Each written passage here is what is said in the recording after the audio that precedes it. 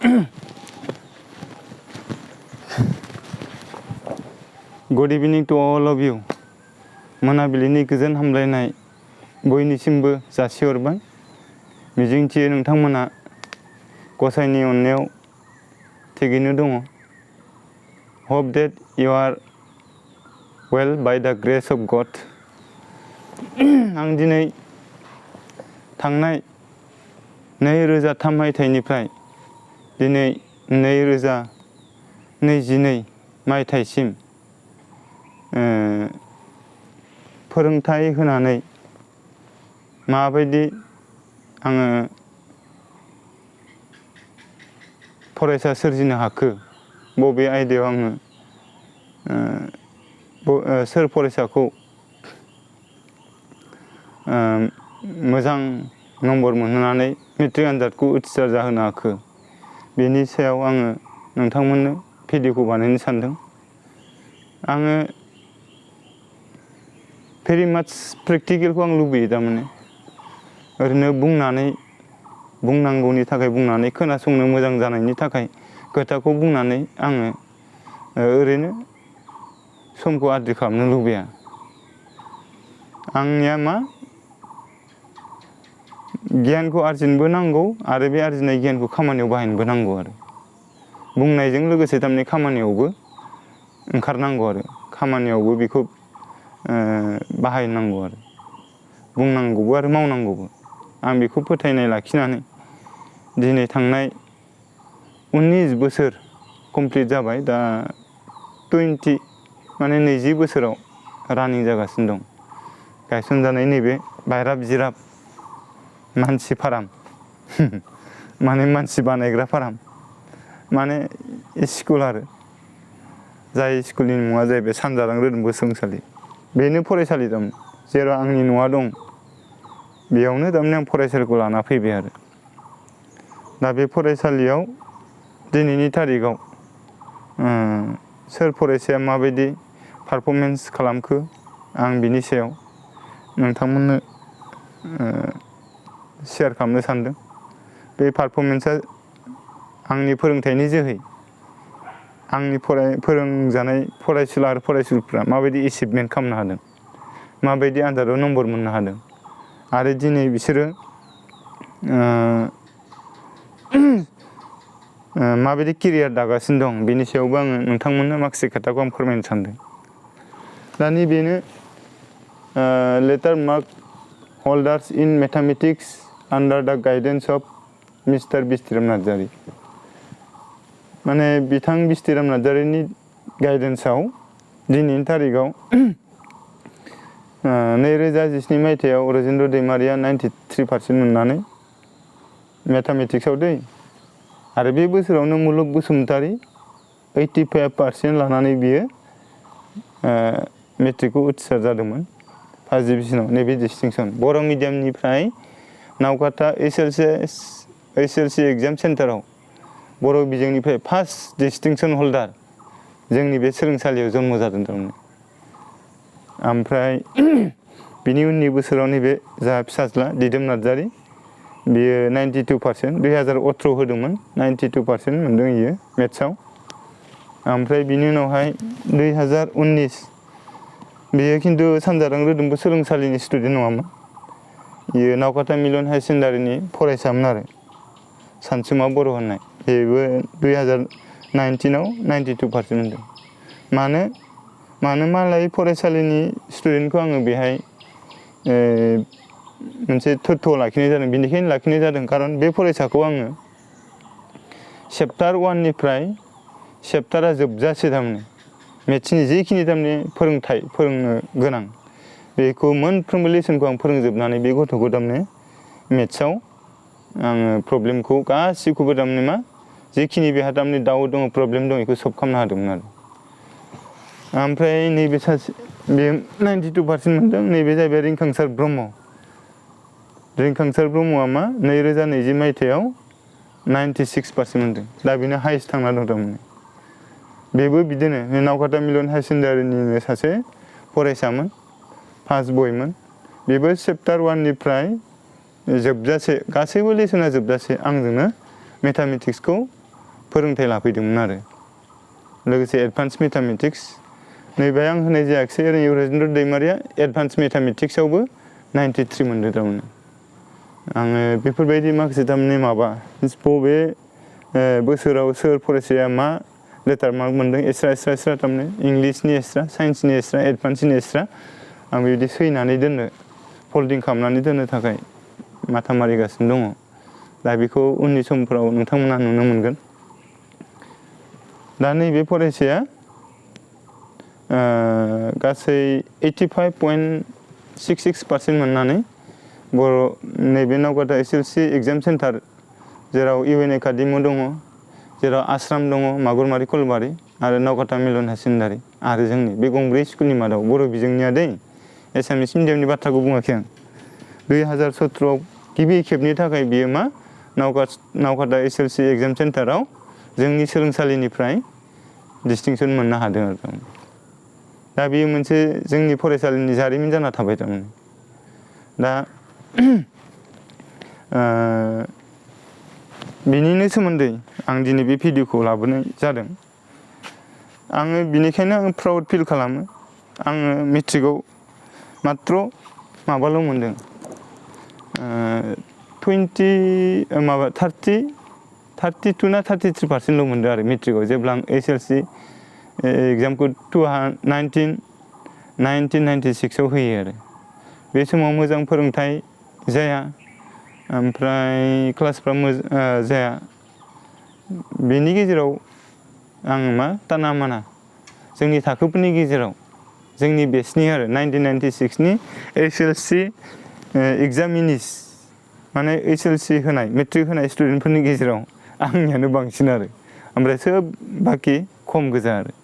आरो आंनाबो एसेबां मोजां नङा फार्स्ट पेपारावथ' आं फेलसो जादोंमोन थारमाने जाय समाव जों मेट्रिक परिखा होदोंमोन बेयाव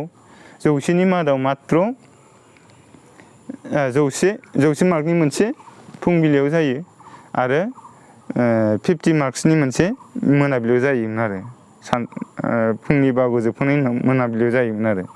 गासै 150 मार्क्सनि एग्जाम जायोमोन दा बेयाव आङो 100 मार्क्सनि गेजेराव आङो फेलसो जादों थारमाने आं पास जानो हायाखै ओमफ्राय माबायाव सेकेन्ड पेपारजोंसो आङो लोगो नांनानै बिदिनो 30नि एसे सायाव मोनदों आरो थारमाने दा होमबा नायदो आंनि एकाडेमिक केरियार आरो आङो दिनै मा बे जायनि एकाडेमिक केरियारा थारमाने जेबो गैथारा थारमाने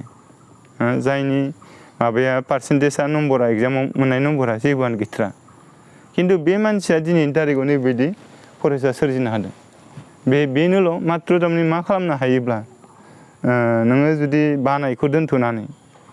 मेंनायखौ दोनथ'नानै आरो लाजिनायखौ दोनथ'नानै जाबा दाजा बाया मोजोमा जुदि फोरोंनायल' नङा आरो जायखिजाया खामानिखौ जुदि बानाय मेंनाय गैयाजासे जुदि फोरोंथाइ होबाय थायोब्ला नोङो मा खालामनो हायो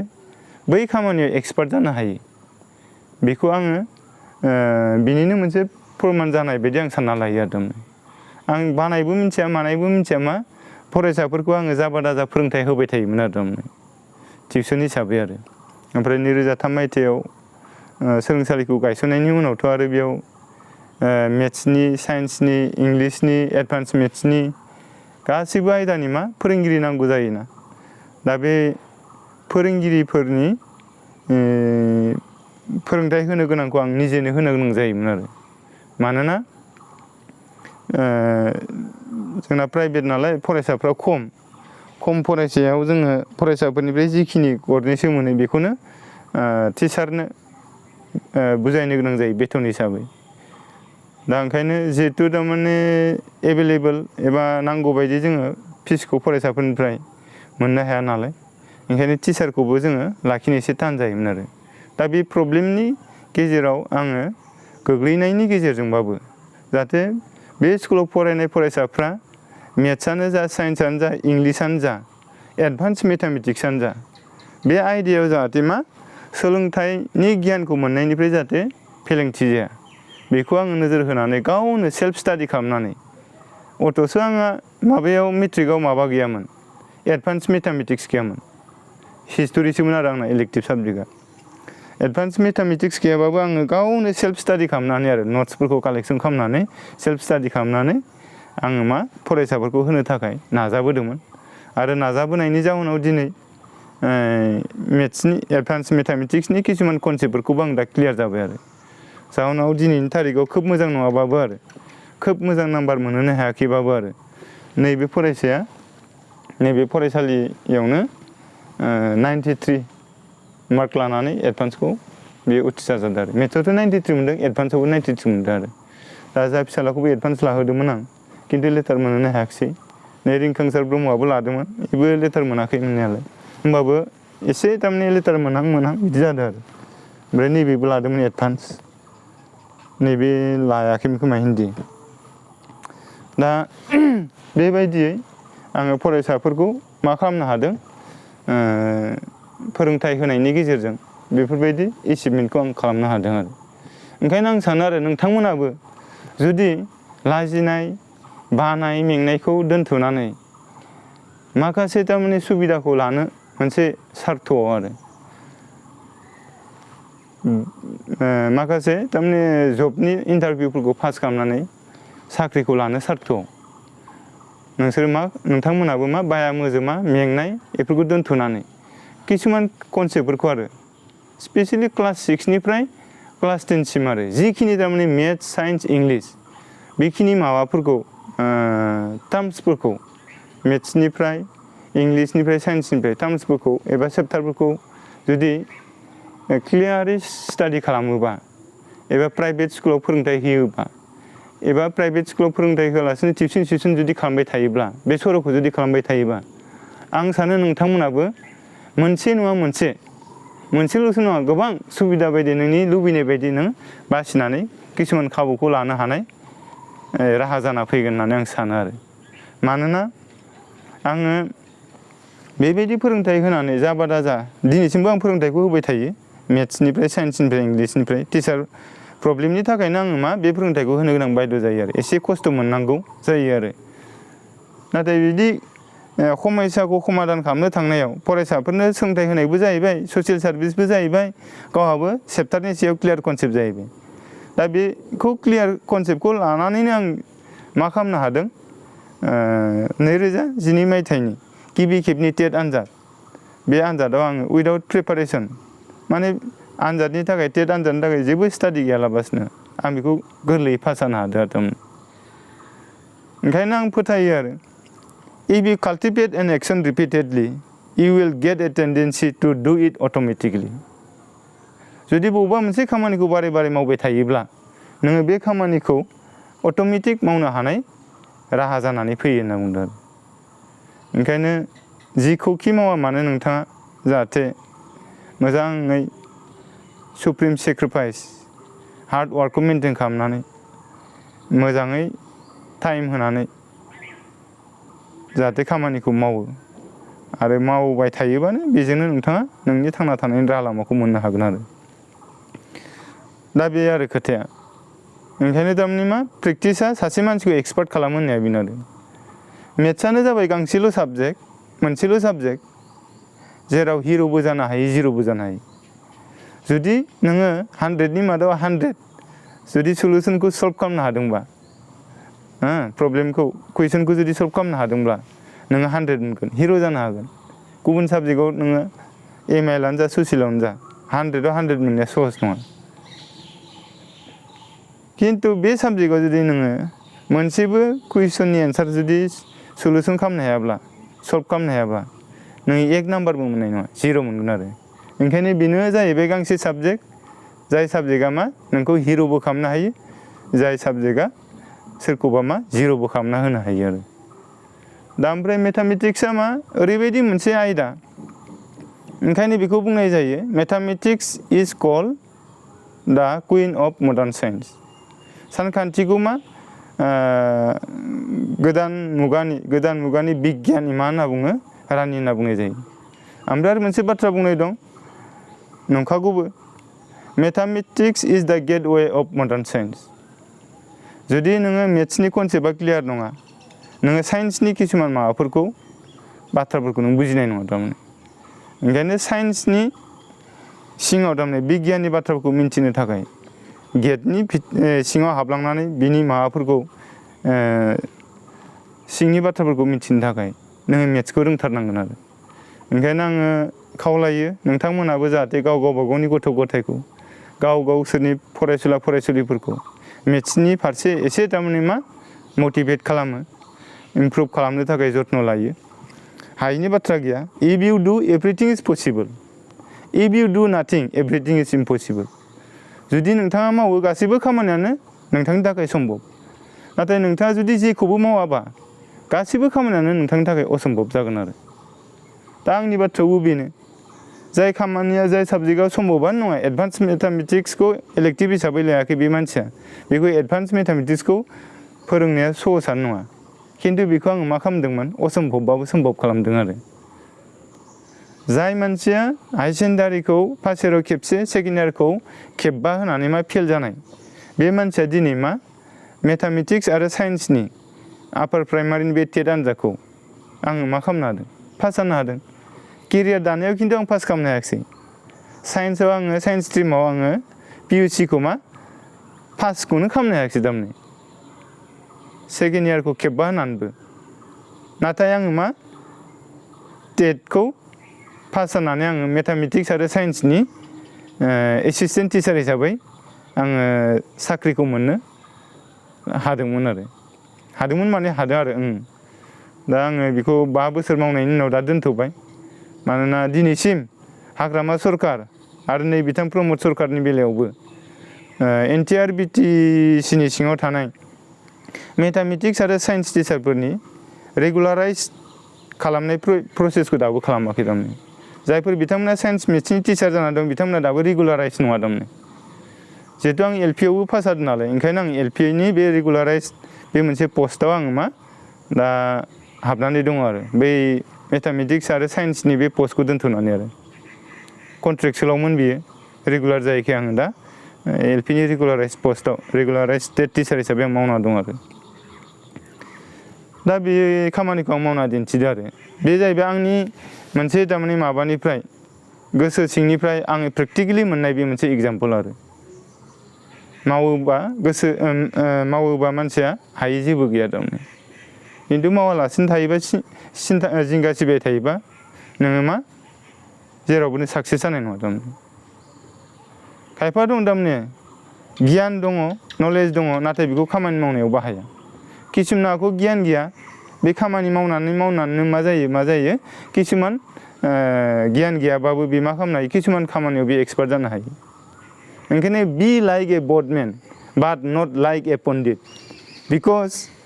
Pandit knows everything but can not swim in the river सासे नावरिया बायदिसो जा सासे पण्डित बायदि दाजा मानोना नावरियाया जेबो मिन्थिया नाथाय बियो सानस्रिनो रोंगौ पण्डितआ गासैखौबो मिन्थिगौ नाथाय बियो प्रेक्टिस गैयिनि थाखाय बियो मा बे सानस्रिनो रोङा ओंखायनो मा खालामनांगोन मोननाय गियानखौ खामानियाव बाहायनांगोन होमबासो नोङो जौगानो हागोन नोङो गियान दङ नों खामानि मावनायाव बाहायाखै नों बोरै जौगानो बानलुखौ माबोरै गायनांगौ फान्थावखौ माबायदि गायनांगौ मा आबादखौ माबोरै गायनांगौ नों मिन्थिगौ खिन्थु नोंथाङा जुदि बेखौ गायाबा खेथिखौ जुदि खालामाबा नों बोरै फिथाइखौ मोननो आबाद फिथाइखौलाय नों बोरै मोननो दा ओंखायनो जोङो मा जानांगोन गियानबो लानांगोन मोननाय गियानखौ मा खामानियावबो बाहायनांगोन आरो थारमाने ओंखायनो आं बुंदों पहले गियान उसके बाद काम थारमाने गिबियाव गियान आरजि बिनि उनाव खामानि गियान गैयाबा नोङो जानला मोनला खामानि मावबाबो नोङो जौगानो हानाय नङा थारमाने गियाना थाथारनांगोन थारमाने गियान थायोबासो नोङो खामानि मावनायखौ नोङो मा खालामनो हागोन मोजां रोखोमै दैदेनलांनानै नोङो जौगासार जानो हागोन दा बेखौ गोथौ आंहा फोथायनाय दङ ओंखायनो नोंथांमोनखौबो बेखौ फोथायनानै खामानि मावजानायखौ आं लुबैयो थारमाने दा नैबे आंनि फरायसुला नैबे मुलुग बसुमतारी होननाय दा 5 सेमिस्टार लिरखांबाय बियो एबार 6 सेमिस्टार लिरगोन दा बे गथ'आ मा खालामो क्लास 9आवसो बियो सानजाराङाव एडमिसन लाफैदों बियो क्लास 9आवसो बिराद दुरबलथारमोन आरो मेथामेटिक्सआव आरो बे गथ'आनो मेथ्सआवथ' मेट्रिकआव 85 मोनबायानो बे एडभान्स मेथ्स लालायलायनानै मा खालामदों मेट्रिकखौ बे होदो आरो 75 ना मा मोनदों आरो मेथ्सआव एडभान्स मेथामेटिक्सआव आरो बोसोरनैल' फरायदों सानजाराङाव बे गथ'आ मा मेट्रिक पास जानायनि उनाव मा टिउसन खालामनो हमबाय आयेनफारानोलै बे गथ'आ माबा उदालगुरि डिस्ट्रिक्ट आयेनफारा बे पटला आयेनफारानि आरो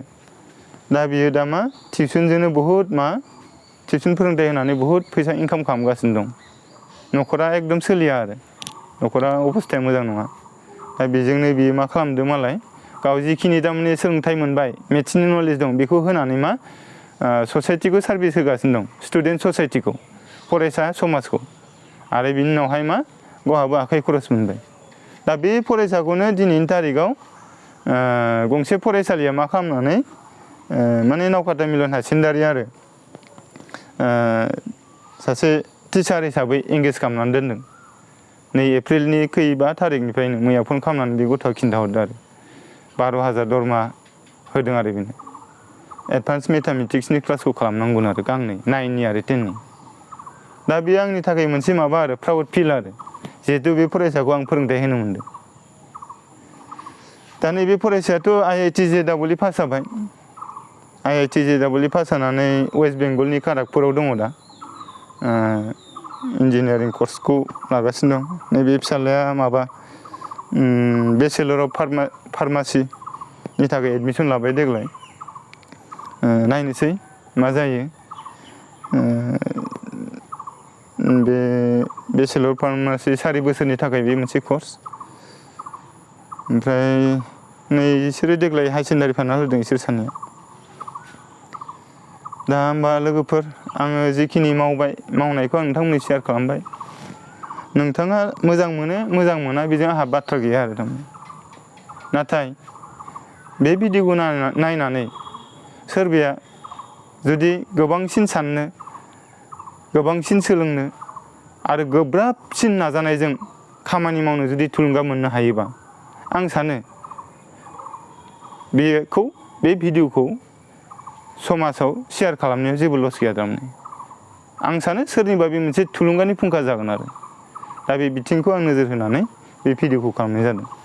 होमबा गोजोन्थों फिन उननि भिडिअ लोगो मोनलायगोन बे मिजिंखौ दोननानै आरो नोंथांमोनखौ आं खावलायबाय जाहाथे बे भिडिअआ जोंनि समाजखौ दाखांनायनि बेलायाव फरायसा समाजखौ दाखांनायनि बेलायाव आरो जायफोर बिथांमोना सोलोंथाइ मोननायनि उनावबो ओरैनो माने MA BA पास जानायनि उनावबो ओरैनो खामानि गैजायैजासे जना दङ बिथांमोना मोनसे रियेलाइज जाहाथे जानो मोनसे खाबु मोनो बे भिडिअखौ नायनानै प्रेक्टिकेल लाइफआव थांना थानो थाखाय जाहाथे थारमाने खामानि मावनो थुलुंगा मोनो बेखौ नोजोर होनानै नोंथांमोना अननानै बे भिडिअखौ शेयार खालाम लाइक खालाम कमेन्ट खालाम आरो अननानै साबस्क्राइबबो खालाम गोजोननाय थाबाय थेंक इउ